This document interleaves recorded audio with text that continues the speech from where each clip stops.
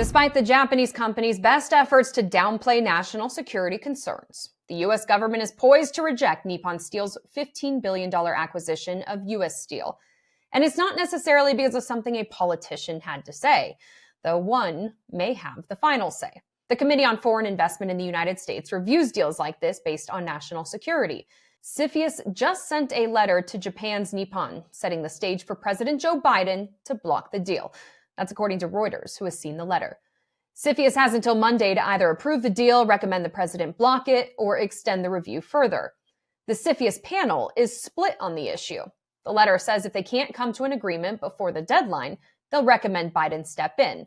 And Biden has indicated he would block it. Nippon has been working overtime to ease fears and get approval. Reuters reports executives have held 4 in-person meetings with CFIUS and multiple phone calls with officials, including one last week with the Treasury and Commerce secretaries. They've also put forward 3 proposals to mitigate the negative impact of the deal. In its letter to Nippon, CFIUS writes, the committee has not yet reached consensus on whether the mitigation measures proposed by the parties would be effective, or whether they would resolve the risk to U.S. national security arising from the transaction.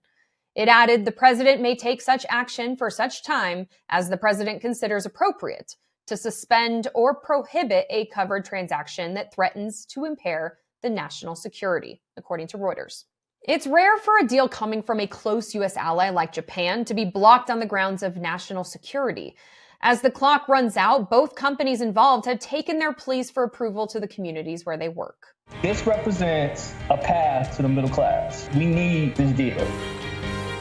It's a no-lose situation. Time is running out, and this has to get done. We have been clear from the outset that there will be no job loss or plant closure because of this deal. If anything, we will need more steel workers to meet our vision for the future. Reports that President Biden has been getting ready to block the deal have been floating around since September. While he has let the review play out, he's been pretty clear about his opposition. President-elect Donald Trump also opposes the deal. I will stop Japan from buying United States steel.